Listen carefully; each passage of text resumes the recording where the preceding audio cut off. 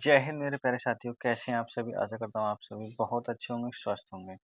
तो जैसा कि आप सभी को पता है कि यूपी की एसआई की जो भर्ती है, उसकी जो परीक्षा है जो 14 और 15 को है और आशा करता हूँ सभी की तैयारी अच्छी हो गई होगी और कुछ लोगों को भाई तैयारी में प्रॉब्लम भी हो रही है, कितने मॉक टेस्ट में टेंशन हो रही है, तो टेंशन तो देखो लाज़मी है, लेकिन बहुत ज़्यादा टेंशन नहीं लेना है। आज मैं आपको ऐसा तरीका बताऊँगा, जिससे अगर आपके 100 नंबर भी बनने हैं, यानी 100 क्वेश्चन भी हो रहे हैं, तब भी आप सिलेक्शन की लिस्ट में शामिल हो सकते हो, है ना? तो बिल्कुल वीडियो को ज़रूर देखना है लास्ट तक और बहुत ही ज़रूरी चीज़ इस वीडियो में बताने वाला हूँ। अंतिम रणनीति क्या होनी चाहिए, लास्ट के 2 दिन बचे हैं, यानी कि 12 और 13 दिन का 14 तारीख को पेपर है और आज शाम तक आपको जिनका 15 को एडमिट कार्ड है, वो भी एडमिट कार्ड आ चुका होगा और एडमिट कार्ड में कुछ लोगों की प्रॉब्लम है, उसके बारे में भी हम लोग डिस्कस करेंगे। तो सारी चीज़ों के बारे में आज हम लोग बात करने वाले हैं। और साथ ही साथ यही बताऊँगा कि तुक्का कैसे लगाएँ। देखो तुक्का लगाएँगे, सबसे अच्छी बात है कि इसमें नेगेटिव मार्किंग नहीं है ना, नेगेटिव मार्किंग नहीं है और सारा पॉजिटिव है, जो भी करोगे अच्छा होगा। लेकिन नेगेटिव नहीं है, इसका मतलब ये नहीं है कि आप सारे लगा दोगे तुक्के तो आपके फिट बैठ जाएँगे। तो कैसे आपके तुक्के सटीक बैठे हैं, है ना? जिन्होंने पढ़ाई की है और जिन्होंने पढ़ाई नहीं की है बिल्कुल भी, बहुत ही कम की है, उनको भी जॉब कभी-कभी मिल जाती है। तो वो कैसे जॉब लेंगे, है ना? बिना पढ़ने वाले भी कैसे जॉब लेंगे, वो सारी चीज़ें अभी बताएँगे। तो 1 से 10 क्वेश्चंस वाले सेलेक्ट होंगे, ये भी मैं बताऊँगा। पेपर सॉल्व कैसे करना है, क्या रणनीति आपकी होनी चाहिए एग्ज़ाम हॉल में बैठने के बाद, ओएमआर शीट कैसे भरने हैं, कितना समय, कैसे टाइम मैनेजमेंट करना है। तो सारी चीज़ों के बारे में हम लोग डिस्कस करने वाले हैं कि टाइम मैनेजमेंट कैसे करना है। तो वीडियो को आप लास्ट तक देखते रहें और वीडियो में आगे बढ़ने से पहले आप सभी से रिक्वेस्ट है कि वीडियो को लाइक कर लें और चैनल पे नए आए हैं, चैनल को सब्सक्राइब ज़रूर कर लें, ठीक है? तो सबसे पहले तो हम बात करते हैं सॉरी कि नंबर 1 बात क्या है कि जैसे आप जो अंतिम रणनीति है, अब लास्ट का दिन है, लास्ट के 2 दिन बचे हैं, 2 दिन शेष बचे हैं। तो 2 दिन में क्या करना है आपको, जो भी आपने पढ़ रखा है ना? जो पढ़ रखा है, यानी कि सबसे पहले तो आप जो मैराथन है, उनसे बचो, है ना? जो मैराथन्स चल रही हैं, उनसे बचो। आपको क्या करना है, जो भी आपके नोट्स हैं, है ना? जो नोट्स हैं आपके, उनका रिवीजन करो बस, रिवीजन करो, जिसमें थोड़ा बहुत डाउट है, जिसमें थोड़ा डाउट है। नया टॉपिक कोई नहीं पढ़ना है, नया टॉपिक नहीं पढ़ना है कोई भी, सारा पुराना पढ़ना है। पुराना में क्या सबसे देखो आपका हिंदी सब्जेक्ट है, हिंदी स्कोरिंग सब्जेक्ट है, स्कोरिंग ठीक? रीज़निंग है, रीज़निंग का स्कोरिंग सब्जेक्ट है, मैथ का स्कोरिंग सब्जेक्ट है। तो हिंदी के जो रिवीजन कर लो, जो डाउट हो रहा है, तुम्हें किसी टॉपिक पे डाउट हो रहा है, यानी सबसे पहले क्या आपकी जो रचना है ना, रचना है, उनका एक बार रिवीजन कर लो। उसके बाद वोकैब देख लो, थोड़ा बहुत वोकैब का मन लगा और जो जो पार्ट्स हैं, यानी पार्ट्स ऑफ स्पीच जैसे कि वाक्य कितने होते हैं, संज्ञा कितनी होती है, सर्वनाम कितने होते हैं, इस टाइप की छोटी-छोटी टर्मिनोलॉजी आप लोग देख के चलो हिंदी में। दूसरा रीज़निंग में जैसे घड़ी है, घड़ी और कैलेंडर में आपको दिक्कत होती है ना, तो घड़ी कैलेंडर वाले को जो फ़ॉर्मूले वगैरह हैं वो देख लो, है ना? घड़ी कैलेंडर में फ़ॉर्मूले होते हैं, बाकी किसी में फ़ॉर्मूला है नहीं और बाकी मॉक टेस्ट क्या है, मॉक टेस्ट लगाना है, तो मॉक टेस्ट अब नहीं लगाना है और मॉक टेस्ट लगाओगे तो उससे दिक्कत होने वाली है क्या कि दिक्कत ये होगी अगर मॉक टेस्ट में नंबर कम आ गए, है ना? नंबर कम आ गए तो आप क्या हो जाओगे, डिमोटिवेट हो जाओगे। नंबर ज़्यादा आ गए तो हो सकता है ओवर कॉन्फिडेंस हो जाए, तो इसलिए तो ना तो मॉक टेस्ट लगाना, ना ही कुछ, बस रिवीजन करना है हल्का-हल्का। मैथ के जो फ़ॉर्मूले हैं, मतलब है ना फ़ॉर्मूले वगैरह देख लो, जो आपने नोट्स बनाए ना, उसमें मेन-मेन जो फ़ॉर्मूले हैं, जैसे परसेंटेज का फ़ॉर्मूले हो गए, है ना? प्रॉफिट लॉस का फ़ॉर्मूला हो गया, ठीक है? सीआई एंड एसआई का फ़ॉर्मूला हो गया, ये चीज़ फ़ॉर्मूले वगैरह देख लो, बेसिक-बेसिक चीज़ें, ठीक? ये बाकी एवरेज में कोई फ़ॉर्मूला वो याद कर लो। ये चीज़ें खा केवल देखनी है, अब याद भी नहीं करना है। लास्ट टाइम में क्या करना है, देखना है केवल।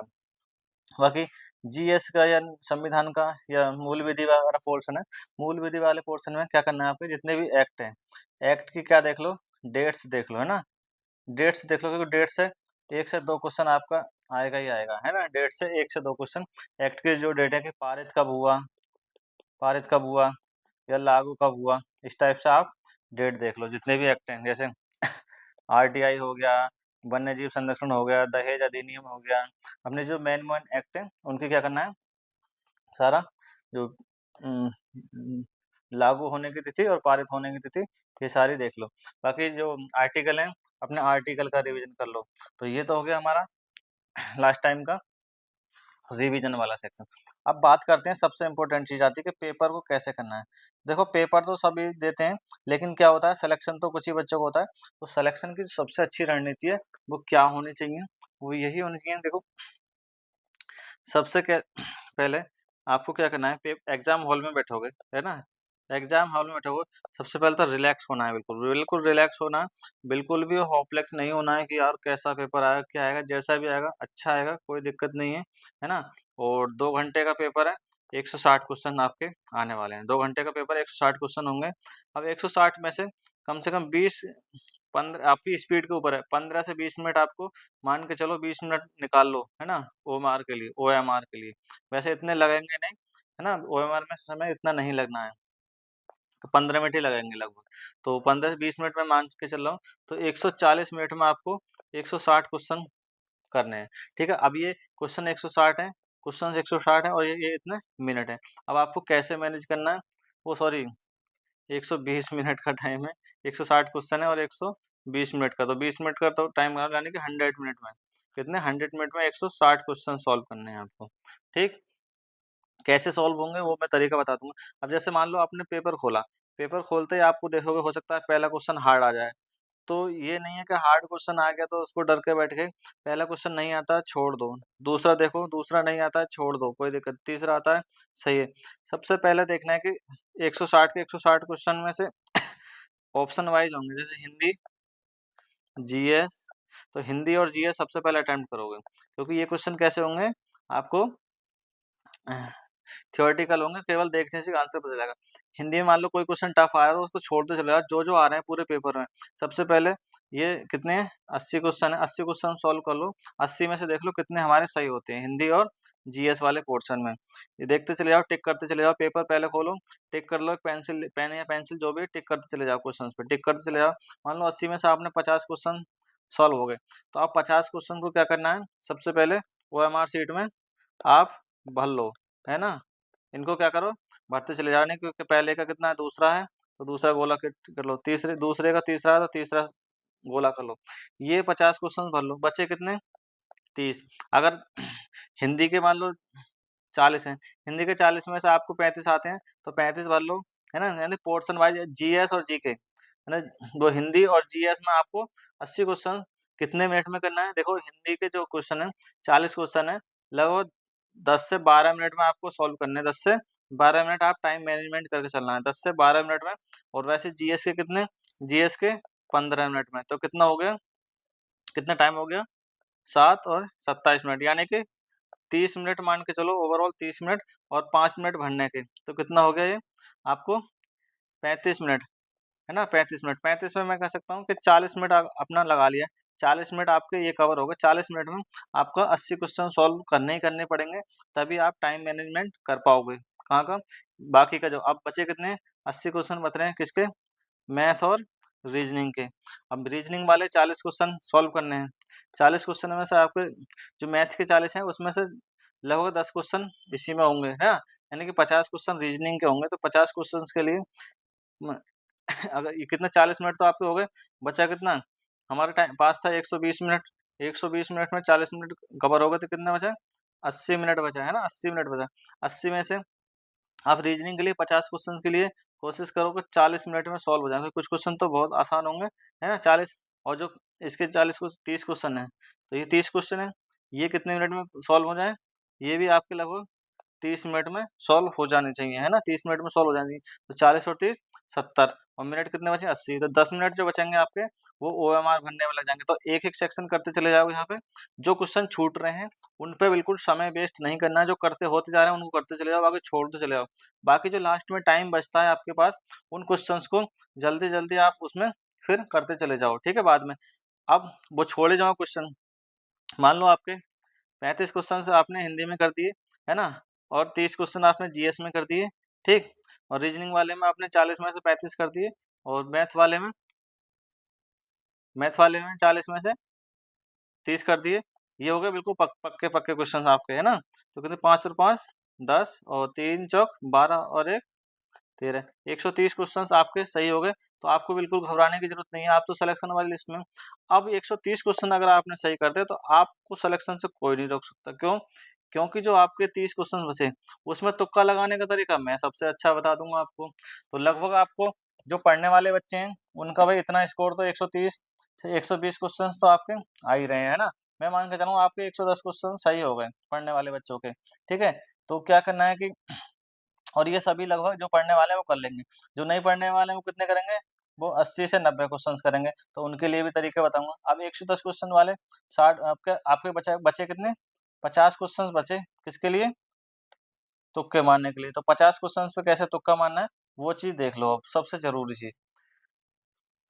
अब देखो सिलेक्शन ये बिल्कुल ले जाएँगे, ज़रूरी नहीं है कि जो 130 क्वेश्चन सही कर लिए उसने उसी का सिलेक्शन होगा, 110 वालों को भी सिलेक्शन होगा। क्या करना है कि ये चीज़ तो मैंने बता दी कि जैसे ही पेपर निकले तो आपको कैसे करना है। तो ये ज़रूरी है कि आपको ये जो ताले की मतलब क्या है आपकी सक्सेस की है ना, सक्सेस की है ये एग्ज़ाम, लेकिन इसका मतलब ये नहीं कि आप होपलेस हो जाओ और बिल्कुल बहुत ज़्यादा परेशान नहीं होना है ना? तो अब देखो, सबसे रूल नंबर 1 देखना है आपको, रूल नंबर 1 क्या कहता है हमारा तुक्के का कि जो भी ऑप्शन है यानी ए, बी, सी और डी ऑप्शन है, इसमें कोई ऑप्शन इसमें डी है उपरोक्त में से कोई नहीं, है ना? उपरोक्त में से कोई नहीं। अब मान लो आपको कोई भी समझ में नहीं आ रहा कुछ भी इनमें से ये भी डाउट है, ये भी डाउट है, चाहे वो मैथ हो या रीज़निंग हो, किसी भी चीज़ में हो, ठीक है? जीएस, जीके या हिंदी, आपको कोई भी समझ में उपरोक्त में से कोई नहीं। तो मोस्ट प्रोबेबिलिटी होगी कि ये वाला आंसर लगाएँ आप, अगर जब कोई आपको आंसर समझ में नहीं आ रहा है, ठीक है? तो ये वाला ऑप्शन लगाएँगे उपरोक्त में से कोई नहीं। तो फिर आता है रूल नंबर 2। रूल नंबर 2 क्या कहता है कि जैसे आपके 4 ऑप्शन हैं ए, बी, सी और डी। अब चारों ऑप्शन में क्या है कि दूसरा ऑप्शन क्या है 50-50 नियम, 50-50 नियम। 50-50 नियम क्या कहता है कि आपके 2 ऑप्शन हैं, इसका आंसर 10 है, इसका 15 है, इसका 20 है, इसका कोई 35 है। मान लो 2 ऑप्शन को आपको पता है कि ये 2 नहीं हो सकते, ठीक है? ए और सी नहीं हो सकते। अब इसमें से सी और डी में से एक लगाना है। तो कोशिश करना कि सी और डी में से आपको बी ऑप्शन ज़्यादा सही होगा, है ना? तो ये 50-50 चांस हो गए। तो ये भी बहुत अच्छा नियम है 50-50 वाला भी। उसका आता है रूल नंबर 3, है ना? कितना? 25-75 जैसे option A, B, C, D ये ऑप्शन हो गए, है ना? ये तीसरा नियम हो गया। इसमें क्या करना है, हमेशा देखो इसमें कोशिश करना है कि ए ऑप्शन बहुत ही यानी कि जैसे कोई मिलते-जुलते क्वेश्चन इसमें कौन-सा नियम करेंगे, जैसे ये 10, 20 और ये 15 और ये 40 है ना? अब इसमें देखो कि ये 40 या फिर यहाँ कोई दे दो 100 दे दिया 100 है। अब इसमें देखो कि मिलते-जुलते कौन से हैं, ये तीनों ही मिलते-जुलते लग रहे हैं, इसका मतलब ये ऑप्शन बिल्कुल इग्नोर कर दें, इस ऑप्शन को बिल्कुल नहीं लगाएँगे अगर आपको नहीं पता है आंसर। तो इन तीनों में से आपको आंसर होने के ज़्यादा चांसेज़ है। तो इसमें क्या है सिलेक्शन हो मतलब सही होने के ज़्यादा चांस हो जाएँगे, तो आप बी या सी में से कोई सा भी आप टिक कर सकते हैं। ए ऑप्शन कम लगाना चाहिए, पता है क्यों? क्योंकि जो एग्ज़ामिनर है यानी आप भी बैठोगे तो हमेशा जो उत्तर है, कोई भी आपने प्रश्न लिखा है ना, प्रश्न लिखा, तो आप कोशिश करोगे जो सही आंसर है, वो थोड़ा नीचे दो, है ना? डायरेक्ट पहली लाइन में आंसर नहीं दोगे। लेकिन हालाँकि पहले तो ये चीज़ बहुत होती थी कि बी और सी में से अधिकतर क्वेश्चन्स हो सकते 60 से 70% होते थे ऐसे बी और सी ऑप्शन। लेकिन अब थोड़ा पैटर्न चेंज हुआ है, एग्ज़ामिनर थोड़ा गहनता से क्वेश्चन पेपर बनाने लगे, तो ए का भी दे दे रहे हैं। लेकिन फिर भी एग्ज़ामिनर कोशिश करता है कि डायरेक्ट यार पहली बार में आंसर सही नहीं देना चाहिए, या बी दे दो, सी दे दो, डी दे दो, है ना? इस टाइप से रखते हैं, ठीक? तो हालाँकि जिसमें डाउट हो ये चीज़ उसी में अप्लाई करनी है कि ए ऑप्शन अगर तुक्का लगा रहा है तो ए ऑप्शन को बहुत कम यूज़ करना है ना? ए वाले ऑप्शन को, फर्स्ट ऑप्शन को बहुत कम यूज़ करना है। फिर आता है अभी हमारा रूल नंबर 4। रूल नंबर 4 क्या कहता है कि जिसका भी जैसे जीएस या उसका हिंदी का क्वेश्चन है, उसका जो भी लंबा ऑप्शन है, मतलब जिसमें ज़्यादा लिखा हुआ है, तो ज़्यादा लिखा हुआ ऑप्शन जो भी होगा उसकी मोस्ट प्रोबेबिलिटी रहती है, और ये मैं अपना पर्सनल एक्सपीरियंस बता रहा हूँ। पर्सनल एक्सपीरियंस बता रहा हूँ, ज़्यादा चांसेस रहते हैं ऑप्शन सही होने के, है ना? ऑप्शन सही होने के। जैसे उसका एग्ज़ाम्पल मैं अभी बता रहा हूँ, मैंने ईएमआरएस का पेपर दिया था, ईएमआरएस का। उसमें 100 नंबर था और 1/3 की नेगेटिव मार्किंग थी। उसके बावजूद भी मैंने 97 क्वेश्चन अटेम्प्ट किए थे, जिसमें से कि मेरे 70 क्वेश्चन सही हुए थे। यही मैंने फ़ॉर्मूला अप्लाई था, उसमें लॉन्ग क्वेश्चन है वो अप्लाई किए जिसमें डाउट था, ये तुक्के लगाए थे। हालाँकि कट ऑफ 71 पे गई थी, तो मेरा सिलेक्शन तो नहीं हो पाया, प्री क्वालीफाई नहीं हो पाया, लेकिन 100 में से गई थी इतनी। लेकिन मेरे जो है क्वेश्चन है वो बहुत ज़्यादा सही हुए, इतनी मुझे उम्मीद नहीं थी क्योंकि मैंने पढ़ाई बिल्कुल नहीं की थी, बिल्कुल एक भी दिन क्लास नहीं ली थी ईएमआरएस के लिए अलग से, क्योंकि उसमें पैथोलॉजी वगैरह होती है, सारी चीज़ें होती हैं।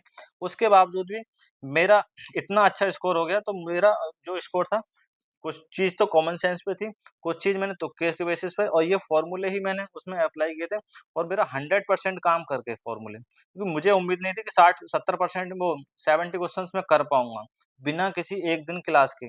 कोई एक एक पर्टिकुलर क्वेश्चन्स भी नहीं पढ़ा मैंने इसके बारे में, ठीक है? ये हो गया। ये बहुत ही अच्छा पैटर्न है आपका, इसका जो आपको तुक्के मारने के तरीके, ठीक है? और कैसे तुक्के मारोगे? अब बात है रूल नंबर 5, मैथ और रीज़निंग में कैसे तुक्के मारने हैं? मैथ और रीज़निंग में, तो देखो option A, B, C, D, कोशिश करना जैसे किसी क्वेश्चन का जैसे सिम्प्लीफिकेशन वाले जो क्वेश्चन होते हैं ना, 1/2 + 3.5 सिम्प्लीफिकेशन वाले क्वेश्चन होते हैं, उसमें 0 या 1 0 या 1 दे रखा है कहीं क्वेश्चन, तो कोशिश करना जैसे किसी ऑप्शन में 0 है और ये 5 है, तो 0 वाला ऑप्शन सही होगा अगर तुमसे नहीं हो रहा है क्वेश्चन। ये कंडीशन कब करना है? जब तुमसे क्वेश्चन नहीं सॉल्व हो रहा है, तो 0 लगाना, या 1 वाला ऑप्शन है तो 1 ज़्यादा चांसेस रहते हैं। यानी कि जो थोड़ा हट के हो, और 1 और 0 के चांसेस ज़्यादा होते हैं सही होने में। तो इस चीज़ का ध्यान रखेंगे, ठीक है? ये हो गई। और क्या-क्या तरीके रहते हैं? और भी बहुत सारे तरीके हैं, तो चलिए और भी उस चीज़ पे बात करते हैं हम लोग। अब देखो, रूल नंबर 6 क्या है? जो थोड़ा यूनिक सा आंसर हो, है ना? यूनिक आंसर हो, उस चीज़ पे आप टिक करेंगे। ये चीज़ वही है जो 50 क्वेश्चन्स पे आपको तुक्का लगाना है। देखो आपने 110 तो सही कर दिए, और 50 पे आपको तुक्के लगाने हैं, तो वो यूनिक वाले। इस टाइप से आपने 50 110 सही हो गए, आपने 50 पे तुक्का लगा दिया ना, 50 पे तुक्का लगा दिया। 50 में से आपके 50-50 वाले क्वेश्चन्स मान लो कम से कम 10 50-50 वाले क्वेश्चन 10 तो वो सही हो गए, 10 सही हो गए। आपके 25 और 75 में से आपके मान लो 3 क्वेश्चन सही हो गए, ठीक है? 3 क्वेश्चन सही हो गए, और बाकी आपके लॉन्ग वाले क्वेश्चन सही हो गए, 3 से 4, है ना? 4 क्वेश्चन वो सही हो गए आपके, और 2-4 क्वेश्चन और सही हो जाएँ, तो कितने सही हो गए? 10 और 4-4 8, 9-10 11, यानी कि 21 सही हो गए। तो 110 प्लस 21 कितने हो गए? 131, और 131 क्वेश्चन पे आपका सिलेक्शन बिल्कुल 100% जनरल में हो जाएगा आराम से, कोई दिक्कत वाली बात नहीं है। तो आप अगर 110 क्वेश्चन सही कर रहे हो, और इस टाइप से ये मेरे जो बताए गए तरीका है, इसको आपने अप्लाई किया, तो आपके 100% 131 क्वेश्चन सही हो जाएँगे। अब भाई ये ज़रूर बताना, किस-किस के फ़ॉर्मूले से आपके कितने क्वेश्चन सही होते हैं तुक्के से, है ना? ये चीज़ ज़रूर बताना। अब बात करते हैं भाई जिनको कुछ नहीं आता, वो क्या करना है? तो देखो, जिन्होंने, मैं मान के चलता हूँ कि लगभग भाई 15 लाख फॉर्म डले हैं, 15 से 16 लाख एग्ज़ाम, 15 लाख लगभग एग्ज़ाम में बैठेंगे, नहीं 14 से 15 लाख एग्ज़ाम में बैठने वाले हैं। तो उसमें से कॉम्पिटिशन लगभग 5 से 6 लाख का कॉम्पिटिशन तो तगड़ा होने वाला है, जो कि इस रेंज में चल रहा है, यानी 100 प्लस वाले क्वेश्चन सॉल्व कर रहे हैं।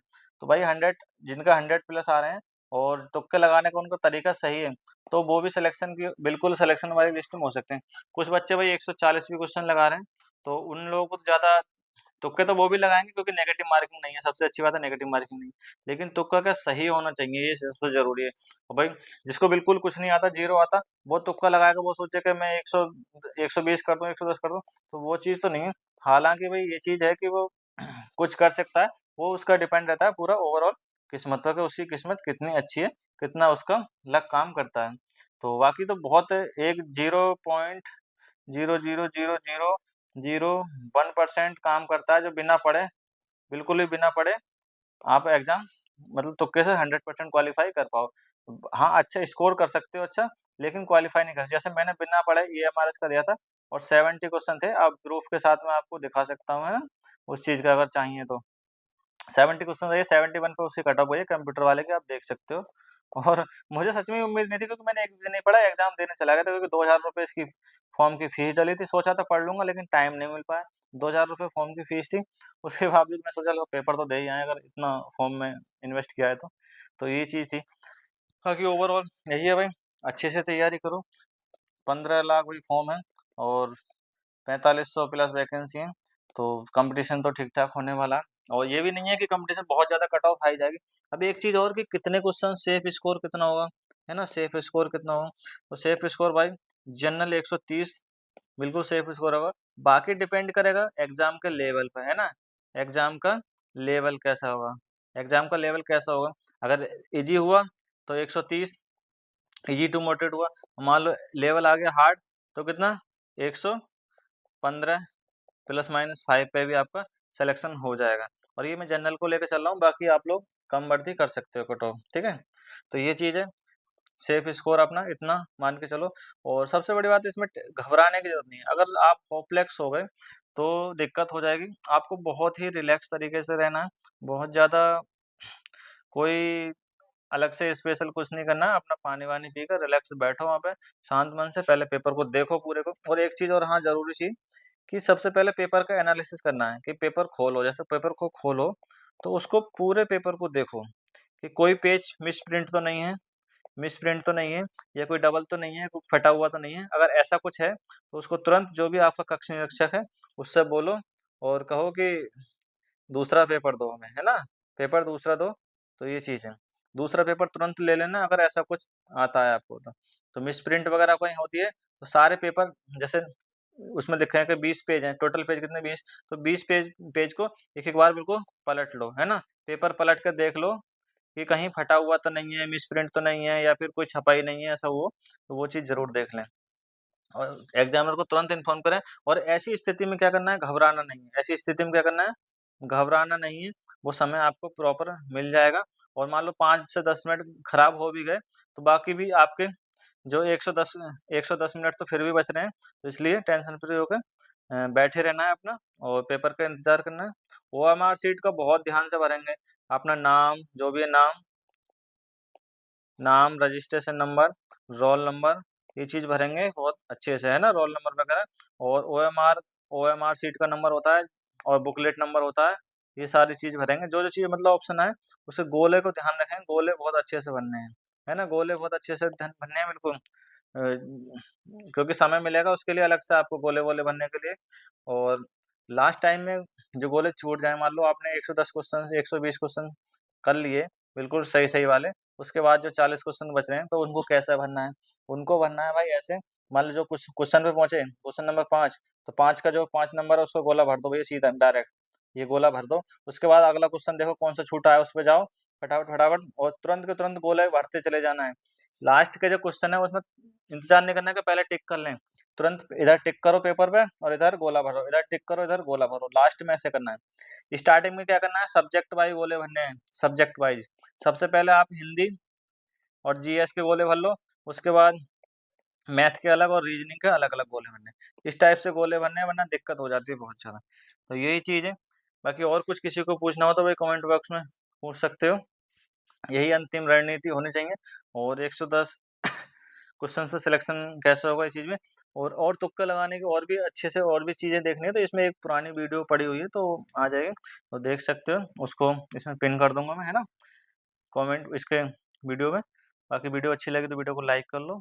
वीडियो में चैनल पे नए आए चैनल को सब्सक्राइब कर लो।